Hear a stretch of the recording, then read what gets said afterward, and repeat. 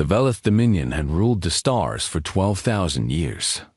They had conquered 347 species across 3 galactic arms. Their method was simple and cruel. Find young civilizations before they could grow strong. Destroy their cities. Break their will. Take their resources. Move on to the next dot. They called this process pruning. Like cutting weeds before they could spread. High. Commander Vex Thrall sat in his command chair aboard the flagship, Eternal Dominion. His gray skin reflected the blue light of the tactical displays. His 4 eyes scanned the data streaming across the screens. A new target had been identified. A small blue planet orbiting a yellow star at the edge of the galaxy. "Tell me about this world," he said to his intelligence officer. "They call it Earth, Commander. Population of 8 billion. They have primitive nuclear technology. Basic space travel limited to their own moon. They broadcast radio signals constantly. Music, entertainment, news. They do not know we are listening." Vex Thrall made a sound of amusement. "Another easy harvest. How long until we arrive?" 40 rotations, Commander. Prepare the standard subjugation fleet. 40 warships should be enough for primitives like these." The officer hesitated. "Commander, our analysts have noticed something unusual about this species." "Unusual?" "Their broadcasts contain many references to war. Their history appears to be filled with conflict. They have fought each other constantly for thousands of years." Vex Thrall waved his hand dismissively. "All primitive species fight among themselves. It means nothing. When they see our power, they will submit like all the others. They always do." The Velith fleet traveled through folded space, covering distances that would take human ships thousands of years. They emerged near the edge of the solar system and began their approach. No need for stealth. No need for caution. The humans had nothing that could threaten them. On Earth, it was a Tuesday morning. People went to work. Children went to school. Farmers worked their fields. Lovers held hands in parks. 8 billion souls lived their ordinary lives, unaware that death was falling from the sky. The first strikes hit without warning. New York vanished under a column of white fire. Then Beijing. Then London, Moscow, Mumbai, Cairo. 12 major cities erased in the first 60 seconds. The shockwaves killed millions more. Fires spread across continents. The sky turned black with smoke and ash. 2 billion human beings died in the first hour. Vex Thrall watched the destruction with satisfaction. Open communication channels. Broadcast the standard surrender terms. The message went out in every human language. The Velith had studied decades of human broadcasts. They knew how to speak to these creatures. "People of Earth, your cities have been destroyed. Your military forces are meaningless against our power. You have 1 rotation of your planet to surrender unconditionally. All surviving humans will be processed for labor allocation. Resistance will result in complete extinction. This is not a negotiation. This is your only chance for survival." Deep beneath the Swiss Alps, an emergency bunker activated. It had been built during the Cold War to survive nuclear attack. Now it served a different purpose. World leaders gathered via secure connections. Presidents, prime, ministers, generals, scientists, anyone who had survived the initial strike and could reach a communication terminal. Admiral Chen Weilin stood before the assembled screens. She was 62 years old. Her hair was gray. Her eyes were hard. She had lost her entire family in the Beijing strike. "We have received the enemy's terms," she said. Her voice was steady despite everything. "They want our surrender." The President of the United States spoke first. His face was pale. "What choice do we have? They destroyed 12 cities in seconds. We cannot fight this. I disagree." Chen's voice cut through the panic. Surrender means slavery. They made that clear. Labor allocation. We become tools for their empire. Our children, our grandchildren, forever. But we cannot win, another leader protested. Their technology is too advanced. Chun nodded slowly. Their technology is advanced. But I have studied the attack patterns. I have analyzed what little data we could gather. They are overconfident. They have never faced true resistance. They expect us to break like all the others. They expect us to break like ours. And if we fight and lose, then we die free. But I do not intend to lose. She pulled up a display. We have nuclear weapons. Thousands of them. We have armies. We have scientists and engineers who have spent their lives solving impossible problems.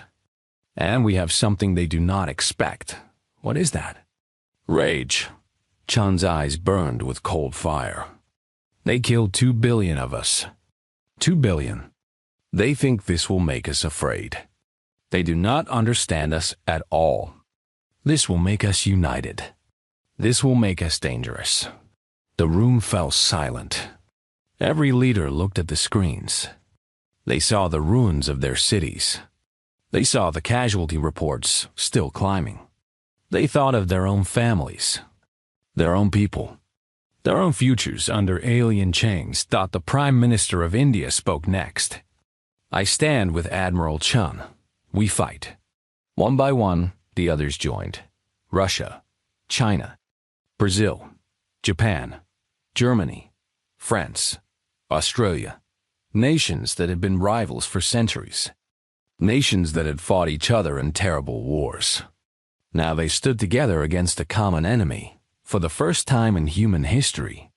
A vote in the United Nations was unanimous. Total war.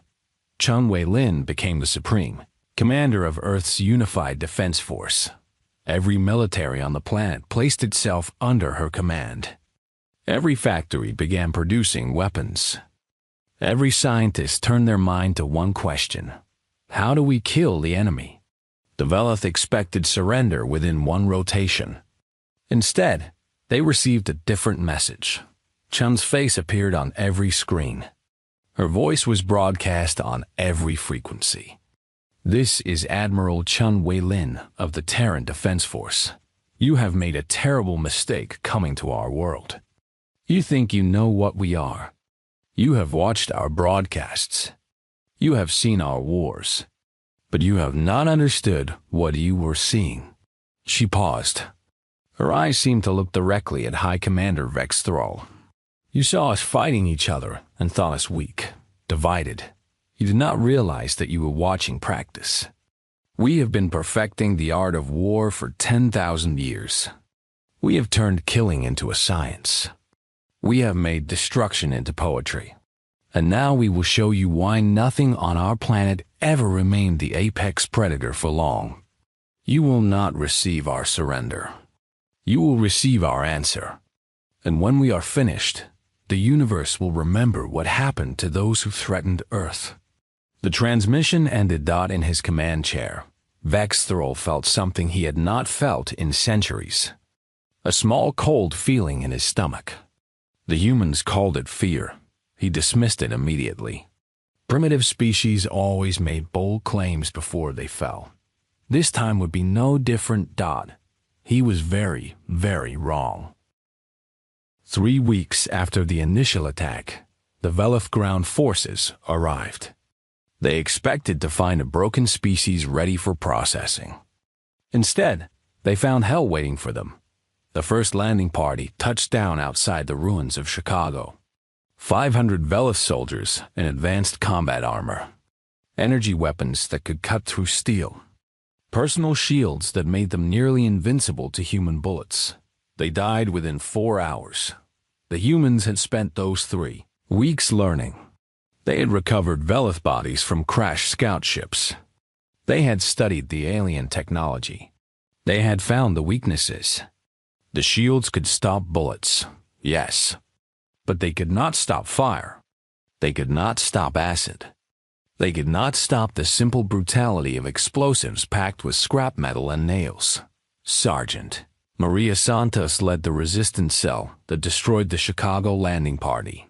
She was 28 years old. Before the invasion, she had been an elementary school teacher.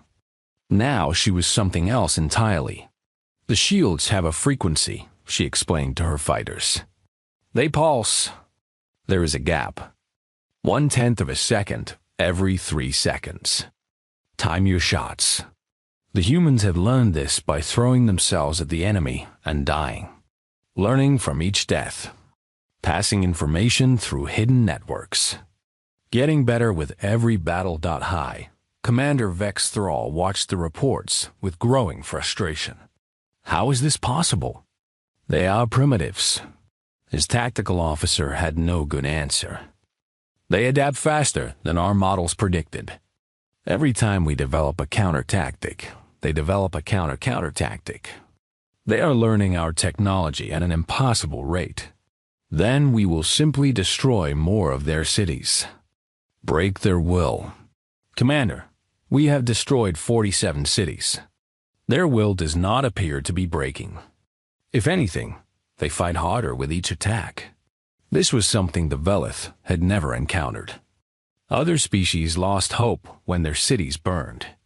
They begged for mercy. They accepted slavery to stop the pain. Humans did the opposite. Every destroyed city became a rallying cry. Every death became motivation for revenge. Deep beneath the Rocky Mountains, Dr. Yuki Tanaka worked without sleep. She was a physicist. Before the invasion, she had studied theoretical faster-than-light travel. Now she studied captured Velith engines with desperate focus. Her team had managed to recover an intact Velith fighter from a crash site in Canada. The pilot had been killed on impact, but the ship remained mostly functional. For 6 weeks, they had torn it apart piece by piece, learning its secrets. I understand it now, Tanaka announced to Admiral Chun during a secure video call. Their FTL drive works by folding space. It leaves a quantum signature. A trail. Chun leaned forward. A trail that leads where? Everywhere they have been, including their homeworld. For a long moment, Chun was silent. Then she smiled. It was not a warm smile. Can we build our own drive? Not from scratch, but we can modify theirs. Give us 6 months. You have 3. Across the planet, humanity worked with single-minded focus. Factories that once made cars now made weapons. Laboratories that once studied medicine now studied alien biology, searching for weaknesses. Universities became training grounds for soldiers, and the resistance grew stronger every day. The Velith sent more troops. The humans killed them. The Velith bombed more cities. The humans dispersed into the wilderness, into bunkers, into tunnels. They could not be found. They could not be stopped. Every Velith patrol that entered human territory simply vanished. General Morrison, a grizzled veteran of 3 human wars, led the guerrilla operations. He had studied every conflict in human history. Now he applied those lessons against an alien enemy. The Vietnamese beat the Americans by refusing to fight on American terms, he told his commanders. The Afghans beat the Soviets the same way. We will not give the Velith the war they want.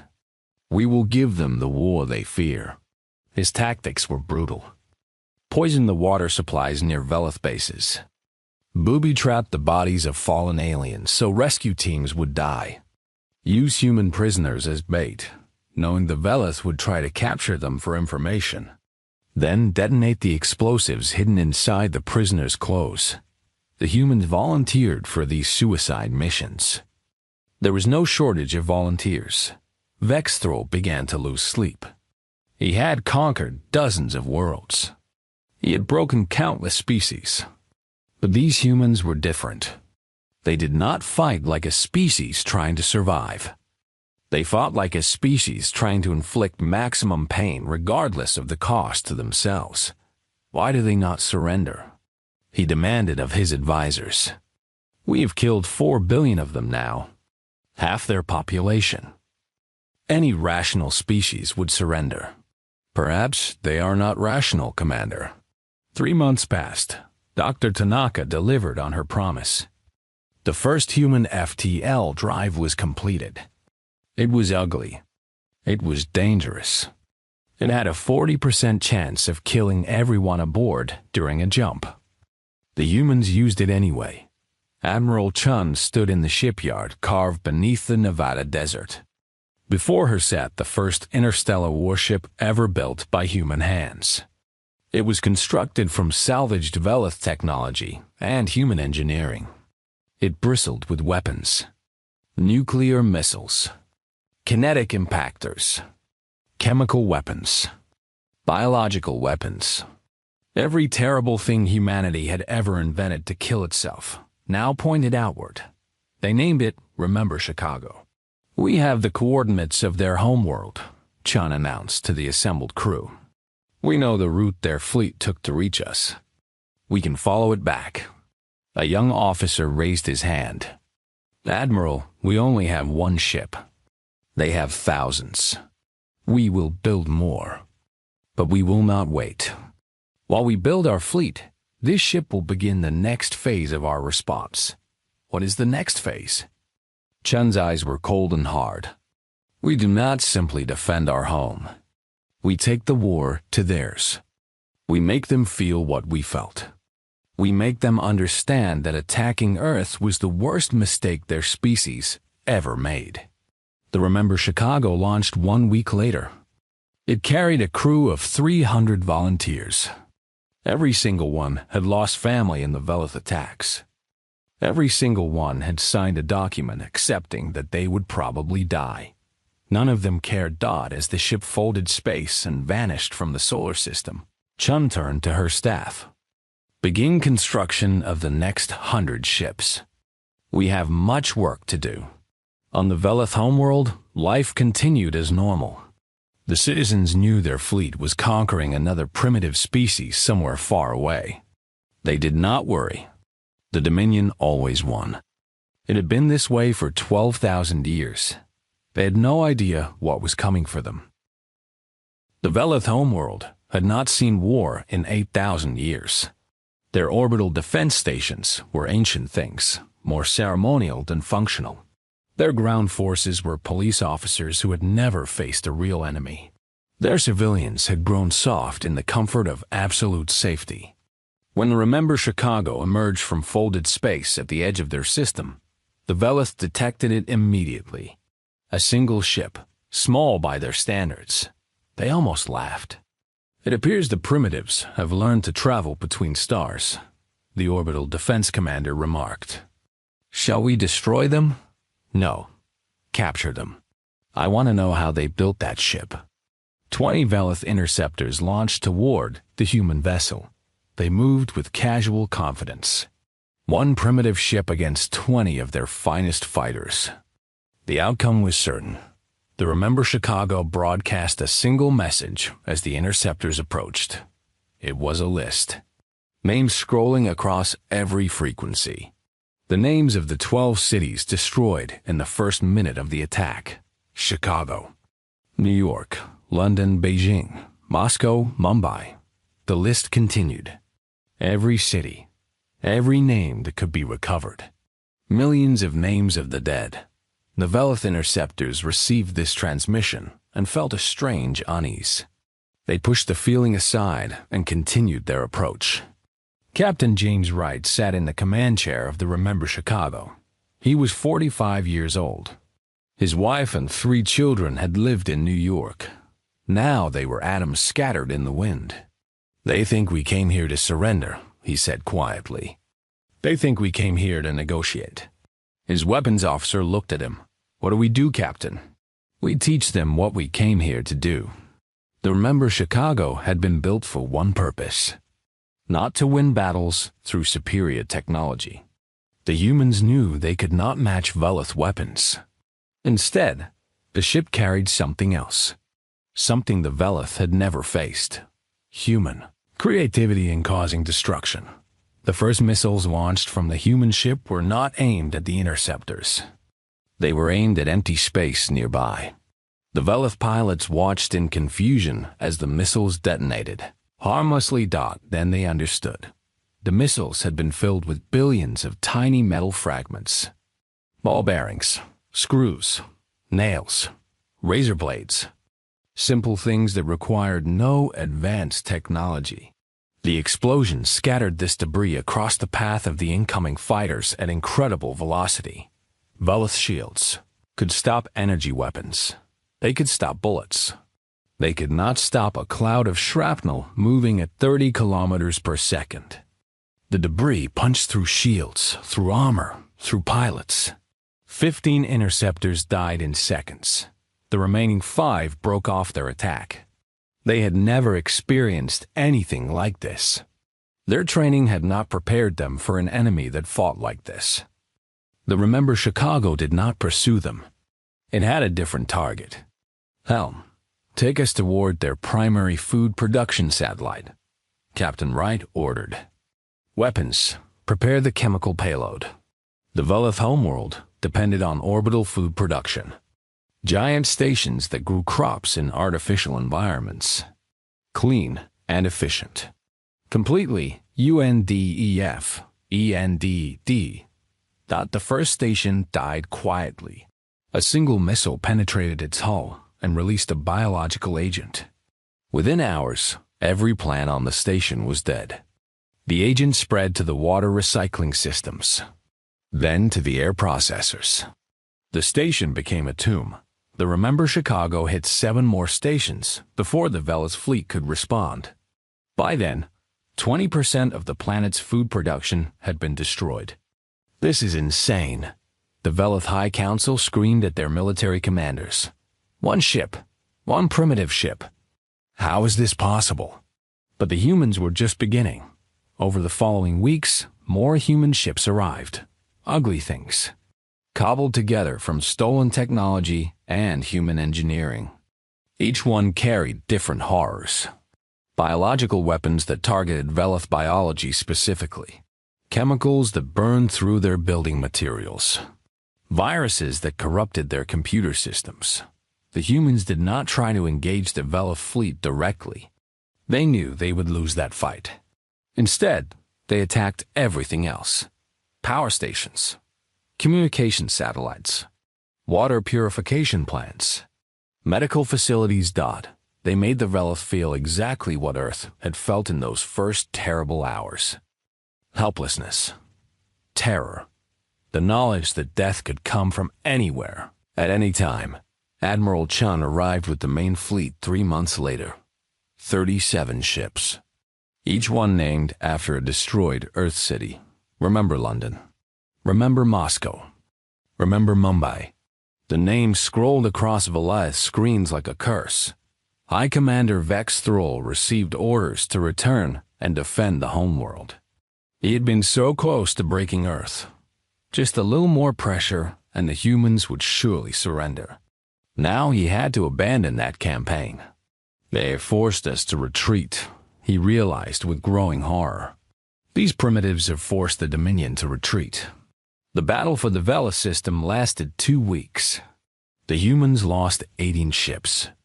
They killed everything they touched. When the Velith High Council finally transmitted their surrender, they expected the war to end. They offered territory, resources, technology, everything the humans could want. Admiral Chun's response was broadcast across every channel.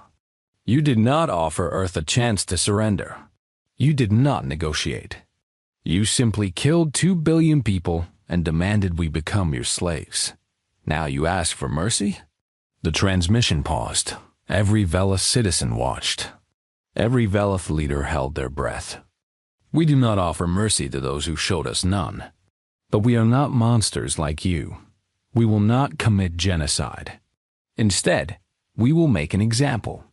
The systematic dismantling of Velith civilization took 3 months. Not destruction for its own sake. Something more calculated. Every piece of technology that could enable space travel was removed. Every factory that could build weapons was demolished. Every scientific database was erased. The Velith were pushed back to a pre-industrial state. They would survive. They would rebuild, slowly, over centuries. But they would never threaten anyone again. Let them live, Chun told her commanders. Let them remember. Let them tell the story of what happens when you attack Earth. Because this message is not for them. It is for everyone else who might be watching. When the human fleet finally departed the Velith system, they left behind a single automated station. It broadcast one message on eternal repeat in every known galactic language. This world attacked Earth without provocation. This is what remains. Let all who hear this message understand. Humanity remembers. Humanity responds. Choose your actions carefully. The cosmos was listening. The galactic community had watched the Velith Dominion for 12,000 years. They had seen countless species fall before the conquering fleet. Some had pitied the victims. Some had secretly cheered. Many had simply been grateful they were. Too far away or too useful to be targeted. Now, they watched something unprecedented unfold. The Kreth Collective received detailed intelligence reports from their spy drones hidden in the Velith system. They had been planning their own expansion into human space. Earth seemed like an easy target, rich in resources. No significant defenses. The perfect addition to their Empire. Collective leader Zith reviewed the footage of the Velith homeworld. The burning food stations, the crumbling infrastructure, the once proud cities reduced to darkness. And everywhere, human ships moving with cold efficiency. Cancel the invasion plans, Zith ordered immediately. Leader, we have invested significant resources. Cancel them, now, and erase all records that such plans ever existed. The Moor Federation had similar reactions. They had scouts in human space, carefully mapping population centers and military installations. When the reports from the Velith system arrived, the Federation Council met in emergency session. These humans defeated the Velith in less than 2 years, one counselor noted. The Velith had conquered 347 species. The humans are their first loss. Perhaps we could ally with the humans. Use their aggression against our enemies. The eldest counselor shook his head slowly. Did you watch the footage? Did you see what they did? This species does not make alliances. They make examples. I suggest we recall all scouts immediately and establish no contact of any kind. The Federation agreed unanimously, but the humans were not finished sending their message. Admiral, Chun understood that defeating the Velith was only the first step. The galaxy was vast. Countless species lurked in the darkness between stars. Some would see Earth's victory as inspiration. Others would see it as a threat to be eliminated before humanity grew stronger. We need to send a message that reaches everyone, she told her advisors. A message that cannot be misunderstood. The solution came from an unlikely source. A young communications officer named David Park had an idea. The Velith had the largest communication network in this region of space. Thousands of relay stations. If we capture their arrays, we could broadcast to hundreds of worlds simultaneously. Chun nodded slowly. And what exactly would we broadcast? Park hesitated. The truth. About us. About what we are. About what we can do. The message was assembled over the following month. It was not a threat. It was not a demand. It was something far more disturbing. A documentary. The broadcast began with Earth's history. Ancient wars. The Roman legions crushing their enemies. The Mongol hordes sweeping across continents. The systematic brutality of colonial empires. Then the modern era. Footage from the First World War. Trenches filled with corpses. Poison gas drifting across battlefields. Tanks crushing soldiers into mud. then the Second World War, cities burning under carpet bombing, the concentration camps, the atomic bombs falling on Hiroshima and Nagasaki, mushroom clouds rising into the sky, shadows of vaporized people burned into concrete. The documentary continued without commentary. Just images. Just evidence. Vietnam, Korea, Rwanda, Syria, every terrible thing humans had done to each other across centuries of conflict. The sheer scale of it. The creativity of the destruction. The willingness to sacrifice millions for abstract goals. Then the documentary shifted to recent events. The Velith attack on Earth. 2 billion dead in the first hour. The desperate early resistance. The gradual counterattack. The burning of the Velith homeworld. All of it presented with cold, factual precision. The broadcast ended with a single statement, translated into every known galactic language. We did this to ourselves for 10,000 years. We did this to the Velith in 18 months. We are now aware that we are not alone in the universe. We are now united as one species. We are now watching. We do not seek war. We do not seek conquest. We seek only to exist in peace with our neighbors among the stars. But understand this clearly. We remember every wrong done to us. We respond to every threat without mercy. The choice of how to interact with humanity belongs to you. Choose peace. We have. The message spread across the galaxy like a shockwave on the ancient world of the Thro. Philosophers debated its meaning for years. They are warning us, some argued. They are showing us their teeth so we will not test their bite. No, others replied. They are showing us their soul.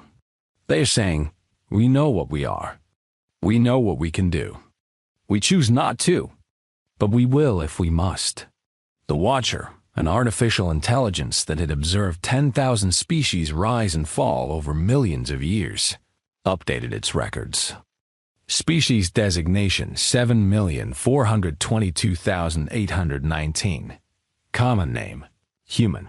Planet of origin, Earth. Status, active. Classification revised from minor primitive to existential threat. Recommended action for all species. Avoidance. Do not engage. Do not provoke. Do not provide any reason for hostile response. In the following years, strange things happened. Trade negotiations that had stalled for decades suddenly resolved. Border disputes that had simmered for centuries were quietly settled. Species that had been enemies for generations found reasons to cooperate. No. One wanted to be the next example. The Velith homeworld remained visible to anyone with a telescope. A once great civilization reduced to shadows of its former glory. A permanent reminder of what happened when you threatened the wrong species. Some younger species, those who had never known the galaxy before humans, asked their elders about the quiet peace that seemed to have descended across known space. The elders looked up at the stars and remembered the documentary. They remembered the atomic bombs, the gas chambers, the endless wars. They remembered that humans had done these things to their own kind. There are some creatures you do not disturb, the elders would say. There are some sleeping giants you pray never wake. The humans are such a creature. They have given us peace. Be grateful. Be quiet. And never, ever give them a reason to remember your name. Humanity had sent its message. The cosmos had received it. 50 years had passed since the burning of the Velith homeworld. Earth had healed. Where cities had once stood as tombs, new cities rose.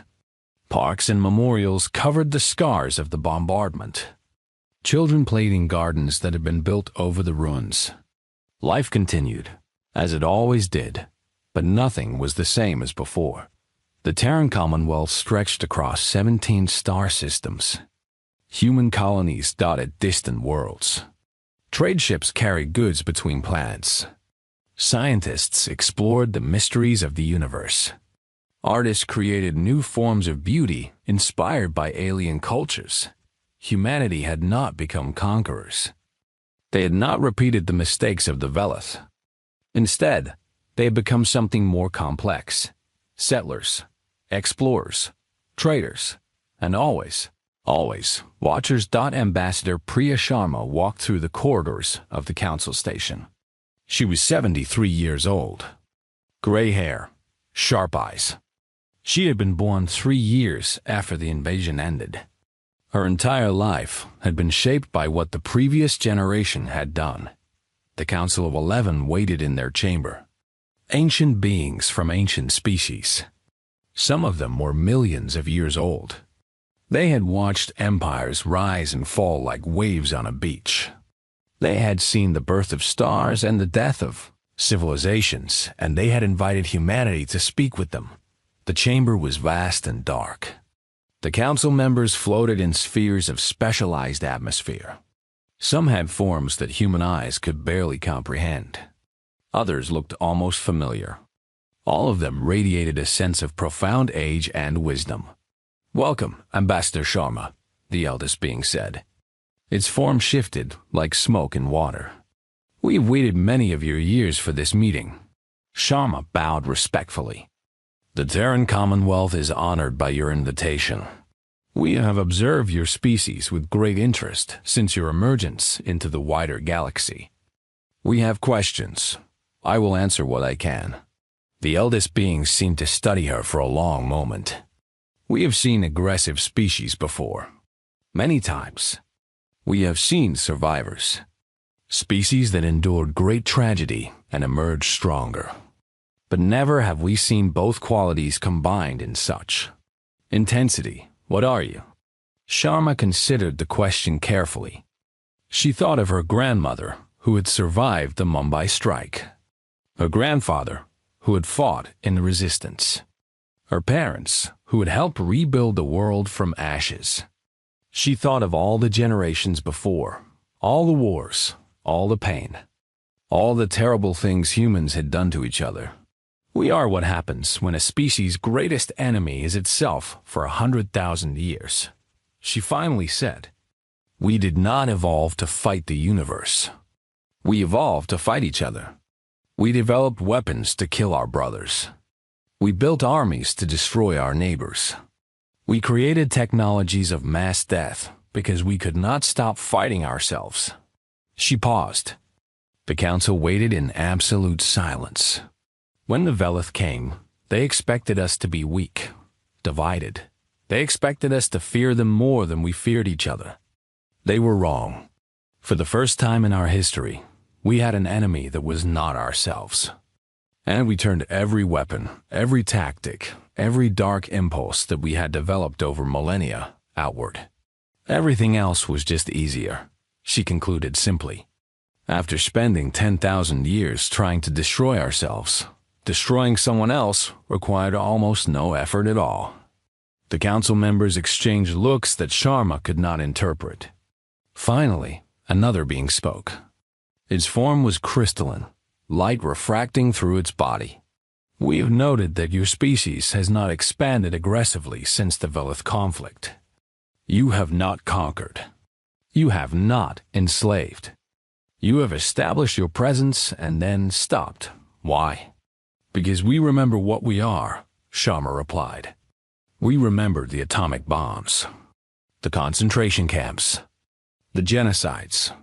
We know the monster that lives inside us.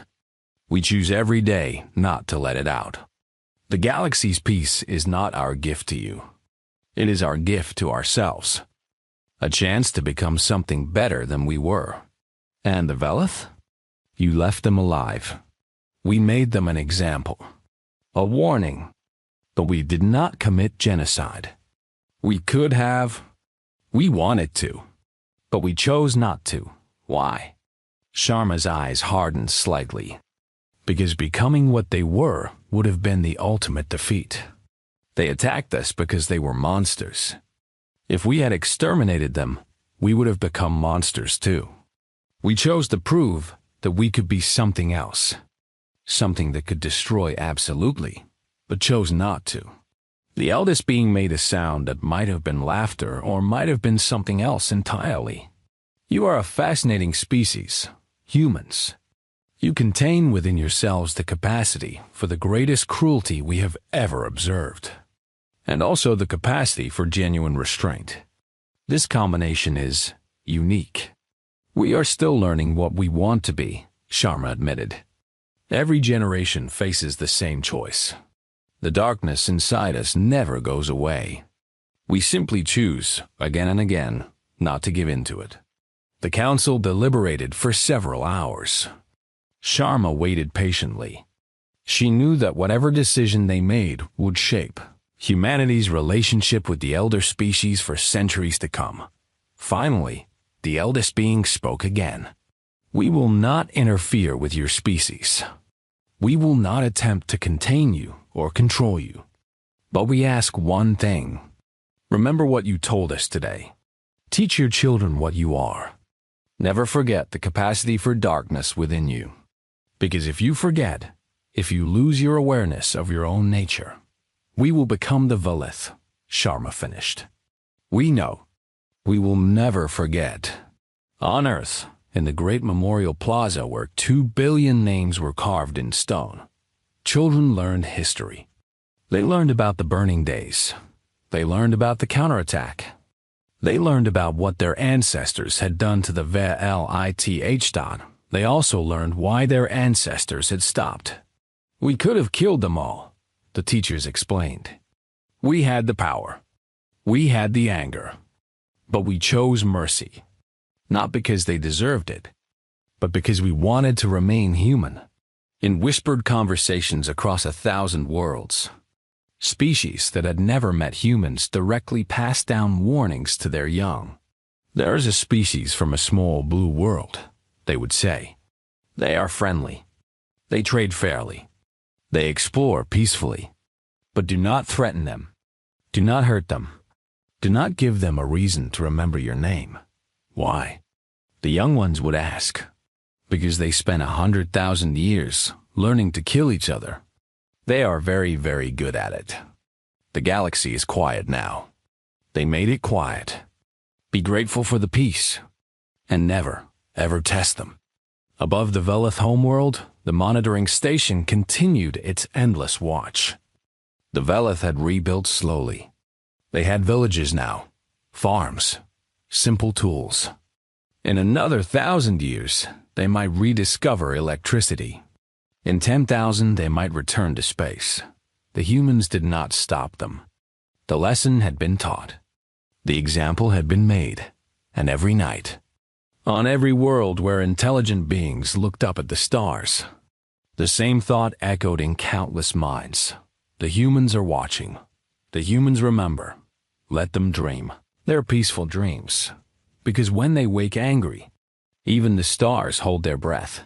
The cosmos had never been quieter. And deep in their hearts, every species understood why. Some sleeping giants should never be disturbed.